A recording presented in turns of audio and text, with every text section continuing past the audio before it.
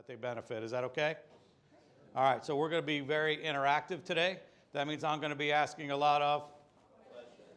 All right, perfect. Okay, good. So don't be shy, right? The more you participate, the more you learn. Okay, so how many people have been in the business prior to 2011, prior to 2011? Okay, so probably about 25% of the room.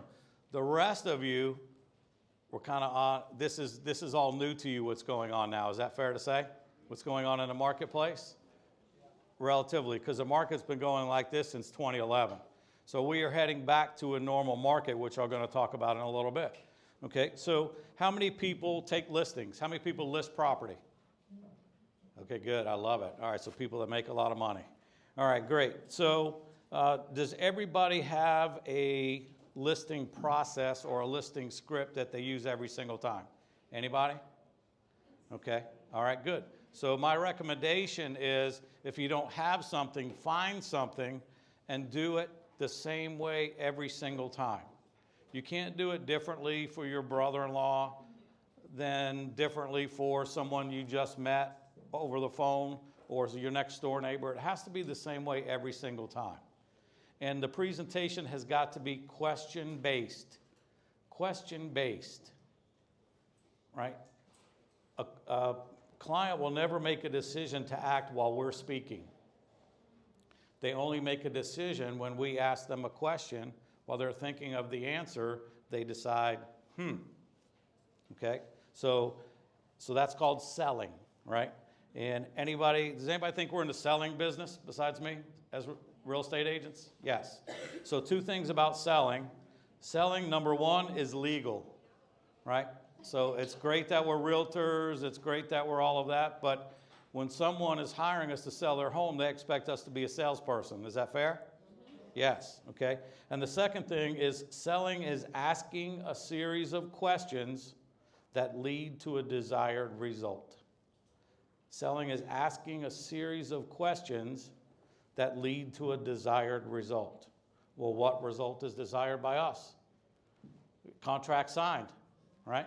So we should have questions in place that walk them through that process so they decide on their own, okay? All right, good. So having a listing process is no longer an option. One critical part of that process should be a pre-qualification process, right? If you work with buyers, we can just send them to Jeff or to Fairway Custom Mortgage Group. They pre-qualify them, but we still need to find out what kind of home they want. With sellers, it's the same thing, right? I want to talk to you about selling my house. Okay, fantastic. I have a couple of questions, right? What are you looking for in the next agent you choose? Are you interviewing anybody else, right? How much do you want for your home? Do you have any questions? All of those things. Where are you moving to? How soon do you have to be there? All of that information. The more we know about their motivation, the easier it's going to be to formulate the right questions for them. Is it safe to say that no matter what we do, if they don't have motivation, none of this matters? Yes, is that fair to say? Whether buyer or seller, right? As Bill Gallagher says, when you're working with buyers that are not sufficiently motivated, you're hauling and hoping, right? It's the same way for taking listings from people that are not motivated to sell, right? The market's not the same as it was not that long ago. Does anybody know when our market changed? Does anybody know? Changed Memorial Day weekend, June 1st, right? Or whatever day that was, right? And it changed like that. Right? People say, did the market level off? And I said, no, it's more like the market slammed on the brakes and I just cracked the windshield with my forehead. Right? I mean, and I'll give you two examples. I had a listing and I asked the agent that canceled the showing, I said, hey, what's going on? I know you do a lot of business. What do you see out there? He said, it's unbelievable. Mid-May, I had a relocation buyer. They were in town for the weekend. I only could get them in 4 homes all weekend. We made offers on 2. We lost out on both in multiple offers. They left town without a home. 30 days later, mid-June, I had another relocation buyer, same exact criteria. We looked at 25 homes. We had our choice of any of the 25. We bought one, full price offer, we put it under contract, they left. Within a week, 18 of the remaining 24, the agents called me to let me know that they had reduced the price. That's how quickly it changed. I'll give you a story on the sell side. I've got a listing that is still getting ready for the market, and 2 houses came on the market on that same street.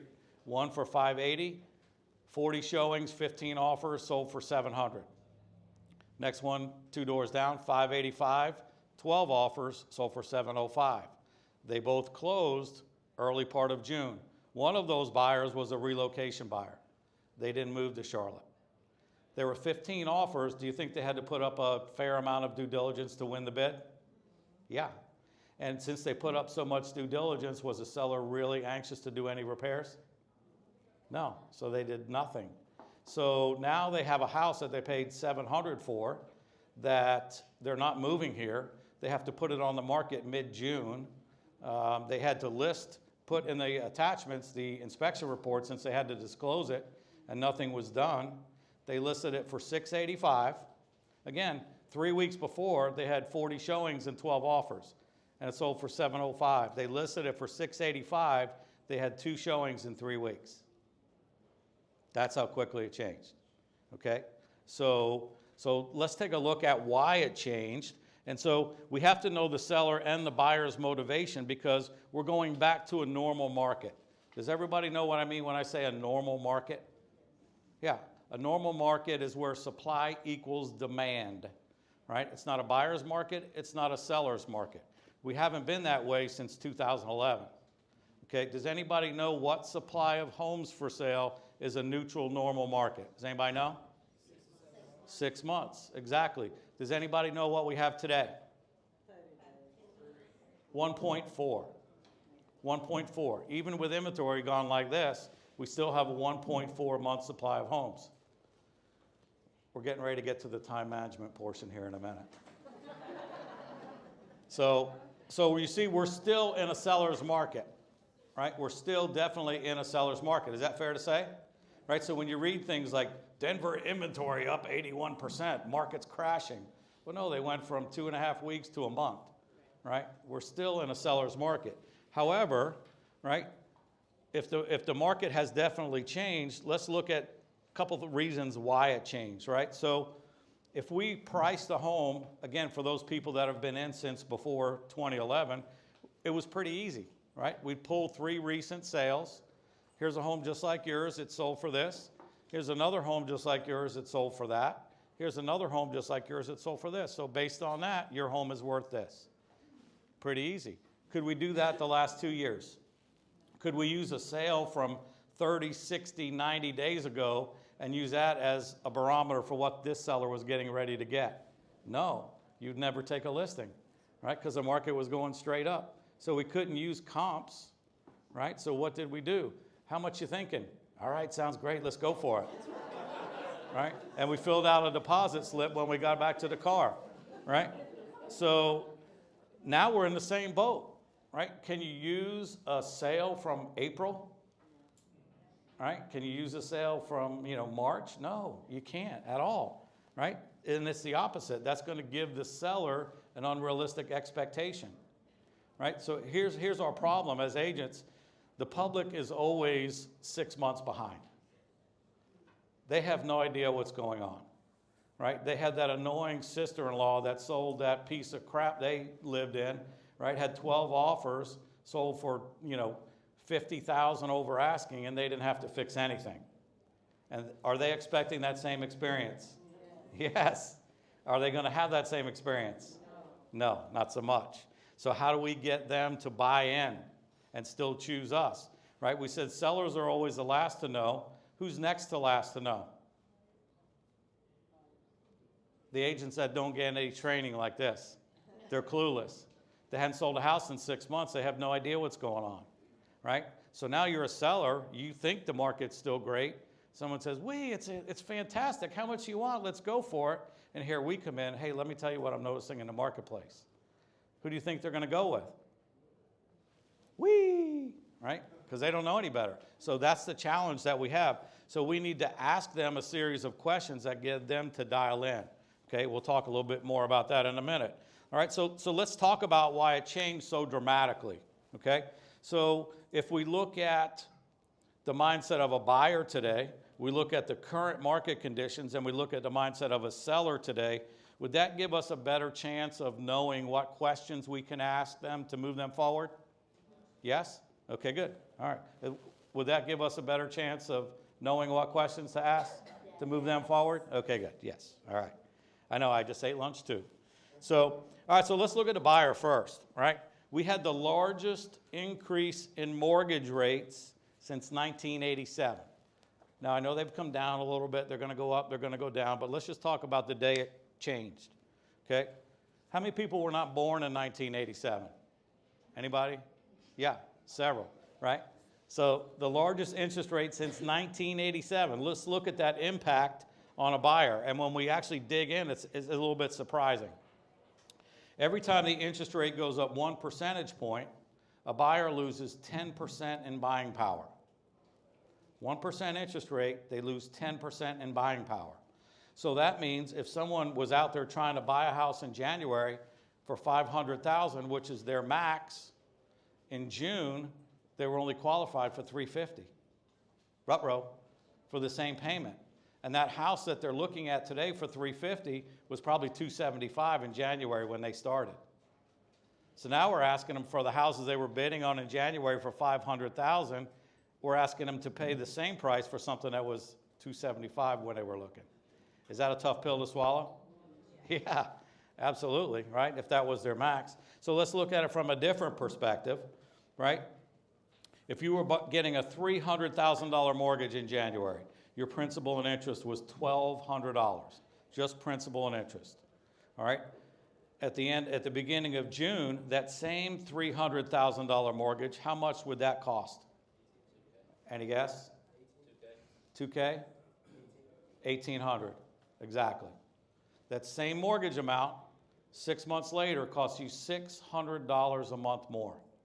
So we're asking what essentially is a first-time home buyer to find $600 a month out of their disposable income to buy the same priced house, right?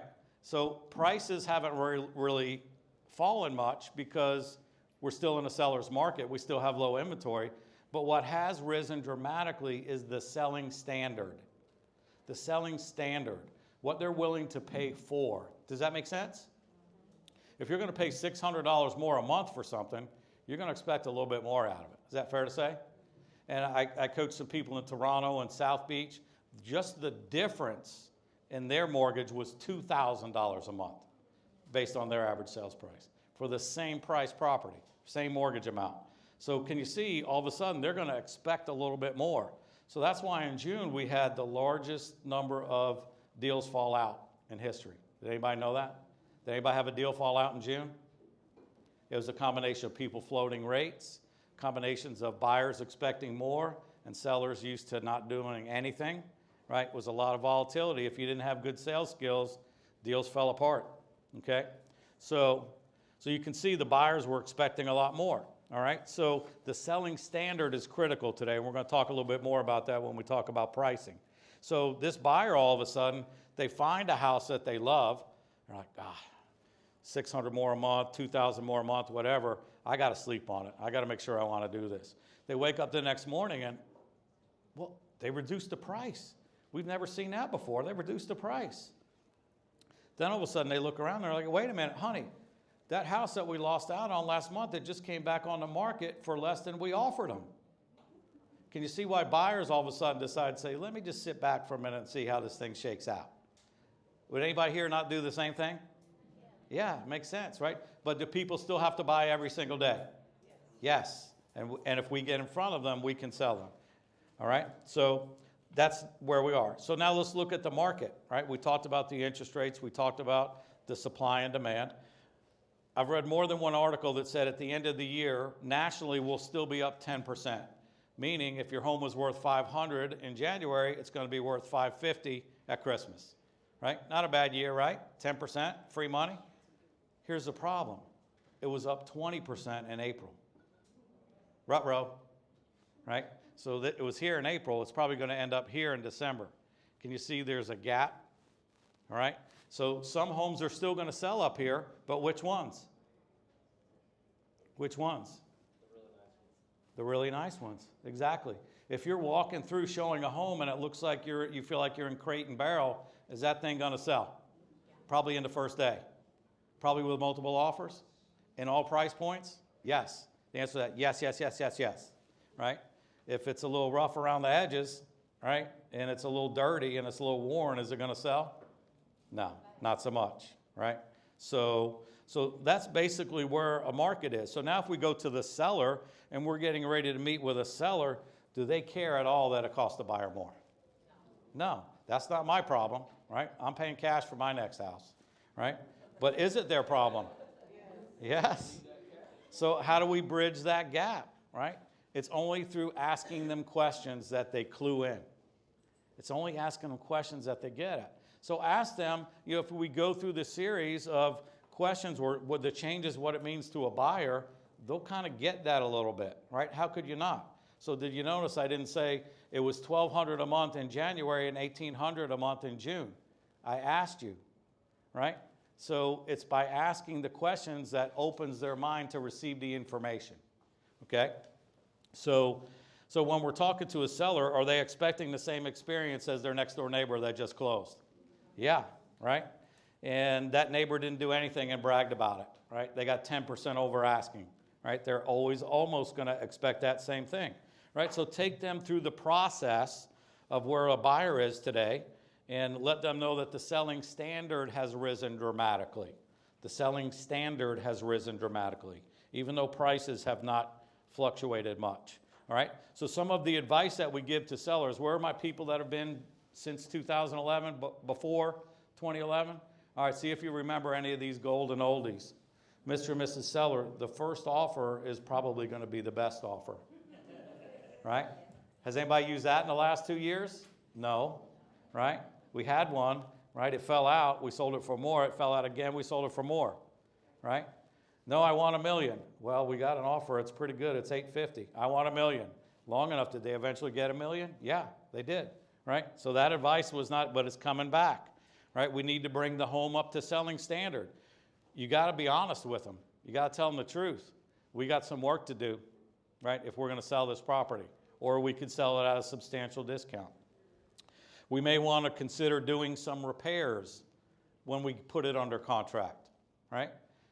I'm not doing anything. Well, you know, that's certainly your prerogative, Mr. Seller. However, right, we can do $2,500 worth of repairs and close in 10 days, or we can put it back on the market, start all over, disclose the defects, and hope that the next buyer's standards are lower. Which is better for you? Y'all want to repeat that? All right. That was really good. Right? But do you see it's all questions? All right, if I say, no, you really should take this because, you know, if we put it back on the market, it's going to be a problem. And, you know, wah, wah, wah, wah, wah, wah, wah. Charlie Brown's teacher, right? So we just have to ask them the right questions, okay? And then they get it, all right? People want to be led, but we can't tell them anything. We just have to ask them, okay? So when you're pricing a property, after we review comparables and we walk through the home, do we have a pretty good idea of what the home is worth? Yes? We should. If we don't, we need to go out and preview property, right? We did it virtually during COVID, but get out there and preview property every day so when you walk in and you look around, I know what this will sell for, okay? So we've got a pretty good idea. If you don't know, if you're looking at, we can't use the closed sales, so what can we use? Well, we've got to look at what's on the market now. What is the competition, right? We use the scripted presentation with Mike Ferry coaching. It's all question-based, shocker, right? And we go through a series of questions. Do you know how buyers determine value? Well, they look at your home based on its features and benefits.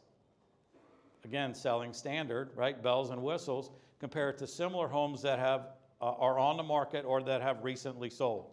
And so then we take them through the comps. It's not just bedrooms, baths, price per square foot anymore, right? It's the features and benefits are absolutely key. So we go through each of those, point out the features and benefits, right? This one's a little better than yours. Look at what they have. Yours is better than this one. Look what you have and they don't, right? And use that, right? But you want to be the number one, the best price, the lowest price in your segment of the market. You have to be the best price, right? Is the seller going to push back? My house is better than that one. Why should I list mine lower than theirs listed, right? Is that fair? You're going to hear that? Yes, okay? So we'll talk about that in a minute, right? But you want to shoot for the best price in the segment, okay? Number one. So let's look at it this way. Have we ever guessed wrong for the veterans, right? Have we ever guessed wrong, right? Are there a lot of people wondering why the hell this thing hasn't sold right now? Yeah, right? So when we're doing that, right, we have to be honest. Sometimes we just don't know. Let me ask this. Veterans again? Veterans? Well, real estate veterans, right? Have you ever taken a listing that you separated your shoulder on the way back to the office, patting yourself on the back because it was the best listing anybody had ever taken and you had a hard time selling it? Anybody besides me? Yeah. Have you ever taken a listing where you were kicking your own rear end on the way back to the car saying, why did I list that pig? It's never going to sell, and it sells in 2 days? Yeah, right? So why not be honest and upfront with the sellers, right? When does a price reduction campaign begin? When does a price reduction campaign begin? At the listing presentation. Correct, all right? So what happens sometimes, I've noticed at the Mike Ferry training, right? Okay, they take that literally. They list the property, they agree on a price, they shake the seller's hand, right? It begins after you get the contract signed. And they say, just to let you know, hey, here's a price reduction form. If we don't get this thing sold in a couple of weeks, we're going to have to reduce the price.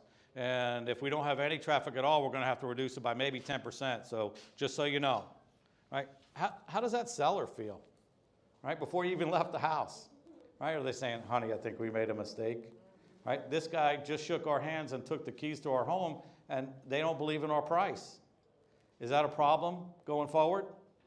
Yeah, absolutely. So here's where we get to the meat of it. Why not explain to them, say, Mr. and Mrs. Seller, now that we've got a price for the home, what ultimately decides the price? The buyers, the market, right? Let's get out of our heads that we have anything to do with the price, right? We don't take credit for it when it's good, although we did probably a couple years ago, right? Did you see what I got for that thing over on Banana Street? Man, who's better than me, right? And then we don't take responsibility for when it's bad, right? We really have nothing to do with the price, right? So, but let me ask you this. If we listed a property at the correct price and walked out of the house and got hit by a truck, is that house still going to sell? Yeah, right? So it's all about the price. So let's explain to them, Mr. and Mrs. Seller, I think we've got a good price on the house tonight, but ultimately the market is going to decide. Can I explain? Yeah, what do you mean? Well, the market's going to tell us one of 4 things. Write these down. The market is going to tell us one of 4 things. This is the money-making part. All right? The first thing the market can tell us is that we've underpriced the property. We've underpriced the property. And how the market lets us know that is, we get a bunch of offers, right? A bunch of traffic, a bunch of offers. I'll have the opportunity to bid it up, and it will ultimately sell for fair market value. Any questions about option number 1? Oh, no, that sounds good. I'm hoping for that. Yeah, me too. Okay.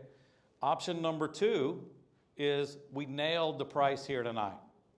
We hit them right on the head. And how the market lets us know that is within the first 10 showings or first 30 days, we get an offer. It may not be full price, but it's close enough from a good, strong buyer that we accept it and we get it closed and it sells for fair market value.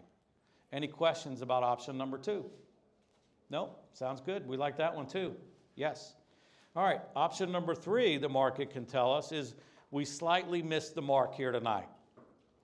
And how the market lets us know that is we get a fair number of showings, right? As a result of our marketing, we get a lot of people that come look at the property, but yet nobody makes any offers. A lot of showings, no offers. That's the market telling us we've missed our mark by at least 5%. At least 5%. Any questions about option number 3? No. All right. The fourth thing the market can tell us is we've really made a mistake here tonight in terms of price, or the market has shifted. Right? Is there a lot of people that got caught listing a property mid-May and the market shifted and now they're way overpriced? Yeah, right? So either we made a mistake in terms of price or the market has shifted. And how the market lets us know that is we have very few or no showings and no offers. That's the market telling us we've missed the mark by at least 10%. Okay, so I've got my plan of action, which is what I call my marketing plan. Does everybody have a marketing plan that they share with a seller? Yeah, so whatever you call that, mine's called the plan of action. The only thing I know about this plan of action, and write this down for all of yours, the only thing I know about this is it works every single time when a home is priced correctly. My marketing plan works every single time when a home is priced correctly. Okay? So I'm going to go to work. I'm going to start on number 1. Let's make a deal here tonight. Let's not wait too long to respond to what the market's telling us. Fair enough? Is that a little bit more palatable for a seller when you're getting ready to walk out the door with your key? Yeah. Is that the truth? Yes. Yes, that's the truth. Okay? So if you learn those 4 ways the market will respond, you'll never have a problem selling a listing if the seller's motivated. Okay? So now it's time for a price reduction. Okay? We've been on the market 3 weeks. Well, first of all, let's do this. How often should we be talking to our sellers? How often? At least, we used to teach at least once a week. However, no matter what we told them on the listing presentation, they're still thinking what the neighbor got in terms of experience. So if we list that property on Thursday, they go camping on Friday, right? What did we used to say? Hell, when you come back Sunday night, we'll go through the offers, decide which one we want, right? Now they come back on Sunday night, no matter what we told them, nobody's looked at the house. You can't wait till Thursday to call them, right? So you're going to have good customer service is setting realistic expectations and constant communication. If you're talking to them, they're going to be on board, right? Let them know, hey, we're in this together, okay? So now it's time for the price reduction. Mr. and Mrs. Seller, remember that conversation we had when we listed the property on the 4 ways the market was going to respond to the price? Yeah, I remember. So based on what's happened so far, what do you think the market's telling us? And then zip it, right? Let them answer. Well, let me see. We had 15 people through in 3 weeks. Yeah, that's a fair number of people. I've got several listings. This is the most of any that we've had. And yet, how many offers have we had? Oh, we haven't had any. So which option do you think that is? Well, that's probably that 5% one. You know what? I love when I work with sellers like you that get it, right? So let's go ahead and listen to what the market's saying and reduce the home tonight by 5%. Okay? Ladies and gentlemen, you're only going to get 1 or 2 price reductions before they say to themselves, this person can't sell my house, right? It doesn't matter how well they know you. It doesn't matter what you tell them. You're only going to get 1 or 2. Are you going to get pushback when you ask them for if it's option number 3 or option number 4? 5%? Pushback? Yes? Every time. Well, can we try less? We can, right? Has anybody had the chasing the market down conversation? Does anybody know what that is? Does anybody want to know what that is? Yes? Okay. All right, so we talked about April, it was up 20%. In December, it's going to be up how much? 10. So that means for a lot of the properties, there's going to be a 5 to 10% drop. Do you think it's going to be a gradual? Probably, right? So yeah, we can certainly, it's your house. We can do whatever you want. However, the last thing I'd want you to do is reduce it by 2.5%. And then when we realize the market tells us that's not enough, we reduce it another 2.5%. But now the market shifted again, so that's not enough. So now we reduce it again another 5%, and that may not be enough. So can you see we're chasing the market down? When we make a reduction, we've got to get ahead of the market, not chase it. Right? We've got to get ahead of the market, not chase it. Okay? Will they offer things like, well, did you try this? Right? Instead of reducing the price, did you try advertising it in the Wall Street Journal? All right? Well, Mrs. Jones, you live in Buffalo Breath, Wyoming. I don't think the Wall Street Journal is going to help us. You know what I do know works? This plan of action. It works every single time when a home is priced correctly. I know that works, so let's stick to that. Are they going to say, well, if I'm having to give up all that money, what are you giving up? Anybody ever hear that? Where are the people that have been in since 2011? Has anybody heard that before? Yeah. Well, if I'm giving, what are you going to give? Right? So we know they're thinking that even if they don't say it. Is that fair to say? Would you be thinking that? I mean, they act like we reach in their pocket and take the money out of it. Right? Well, you can't lose what you never had. Right? So let's head that off at the pass. Right? So when we say, you know, hey, I love when I work with sellers that get it. Let's reduce the price by 5% tonight. And can I tell you what I'm going to do once you reduce the price, once we listen to the market? What is that? Well, I'm going to take this plan of action that I know works every single time when a home is priced correctly. And I'm going to go right to the top, right to number one, like the first day we took this listing. And I'm going to attack that because I know it works. Right? Is that okay with you? What's the answer? Oh, yeah, that sounds good. Okay? It won't come up. It won't come up. As long as they know we're in this together and we're both giving. Okay? So what about if they say, well, if we got to reduce it that much, we'll just take it off the market? Anybody ever heard that? I'll rent it. I don't have to sell it. I'll rent it out. All right, well, we already established there has to be some sort of motivation. So this is when we take out the pre-qualifying questions. Oh, I see you wanted to move over to the Cabarrus schools, so because your kid's starting kindergarten next year. Is that still correct? Oh, yeah, they're starting kindergarten. Well, you know what? We can wait. Right? We can wait a couple of years. I mean, how much damage can they do? It's only kindergarten. Right? Don't worry about it. Right? So we have to go back and push that motivation button sometimes, okay? So we say, you know, that's certainly an option. We can do that, but let's do this. You've gone up through a lot of effort to get this house prepared for the market, right? Is that fair to say? You have to, right? And I've done a lot of work to get to this point. So since we've both done so much to get to this point, let's at least find out what it's worth. Let's at least find out what it's worth. How will we know what it's worth? When someone makes us an offer. So let's adjust the price until we get an offer, because right now the only thing I know is you're the highest bidder on your home.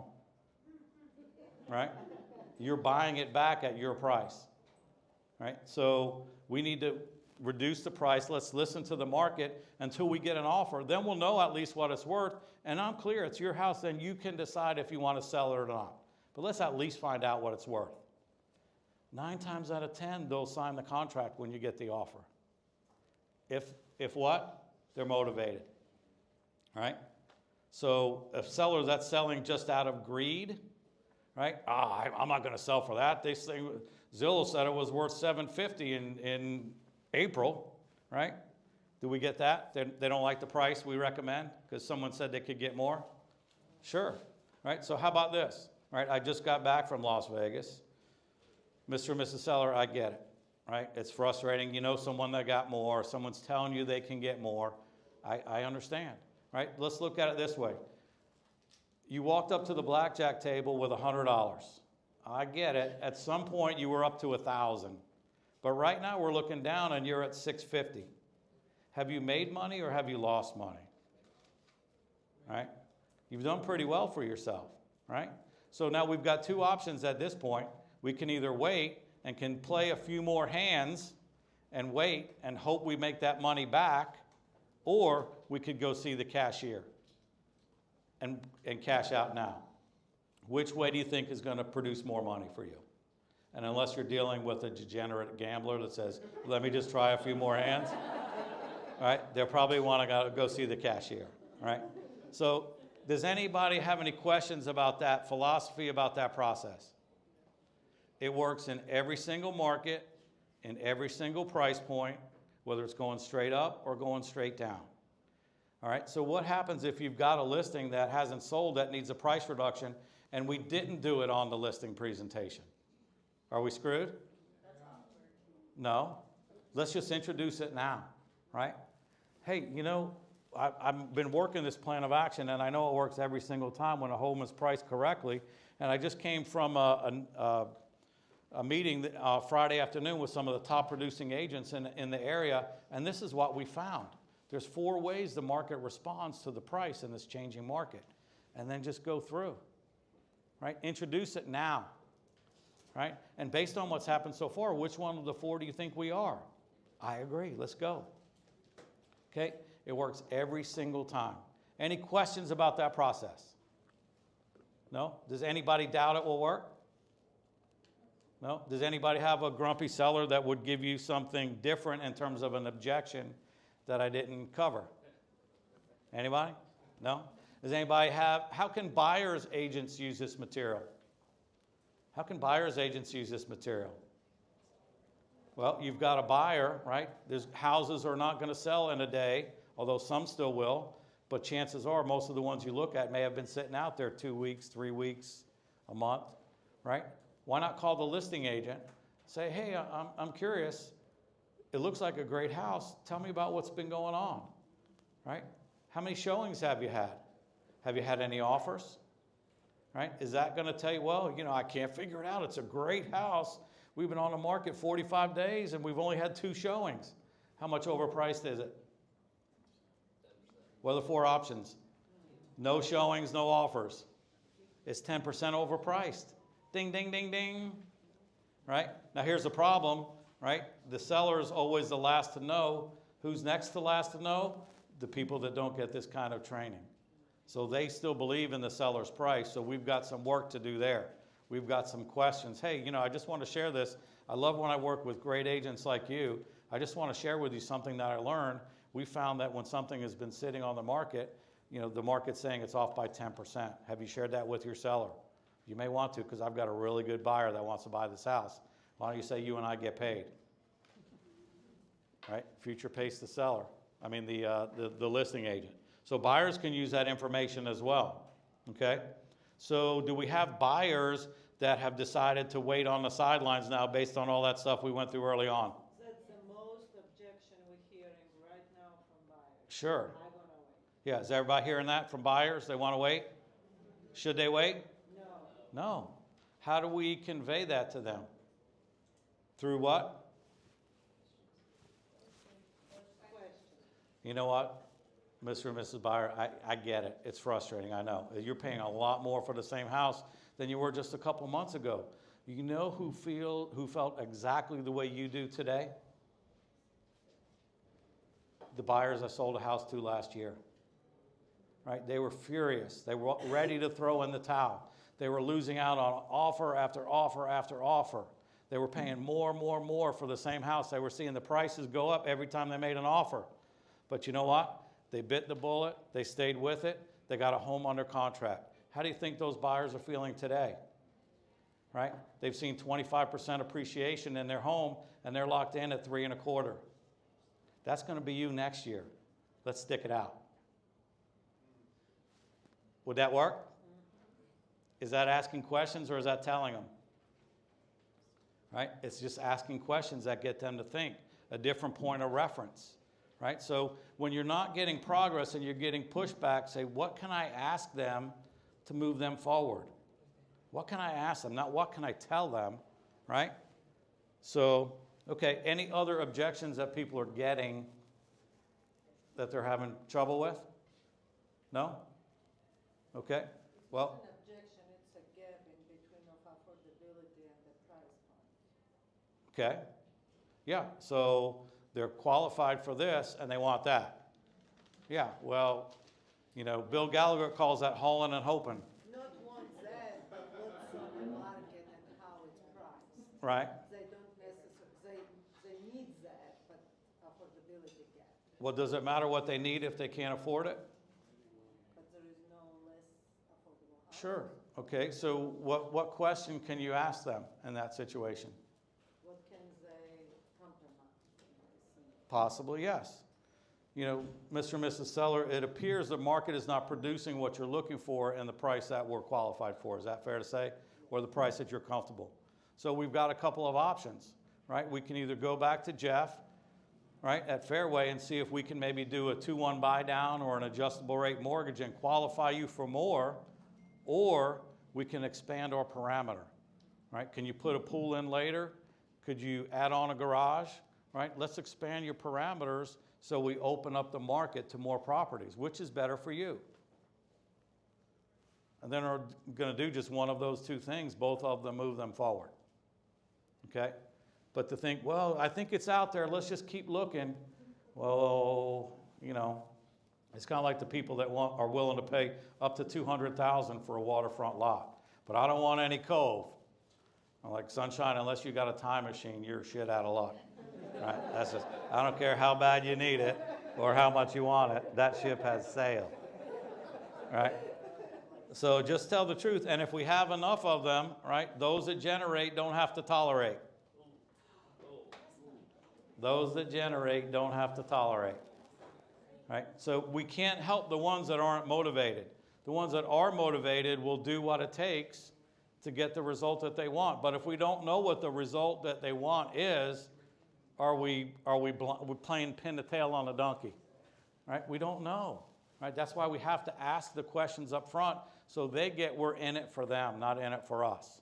Right? One thing that's frustrating with the people I coach is they're doing lead follow-up. Hey, I just wanted to call and see if you're ready to get your home on the market. Who is ever ready to get your home on the market? That's a pain in the ass, right? They're dreading getting their home on the market. Hey, I just wanted to see, did you want to get to Arizona before your granddaughter's born? Right? Are you ready to take that step today? Right? We asked that question and said, don't talk to me about being pregnant, just show me the baby. Right? So we just want to ask them about their end result. Look, we just got to do this because so you want this. I'm clear you want this. And you know who can get you there? Me.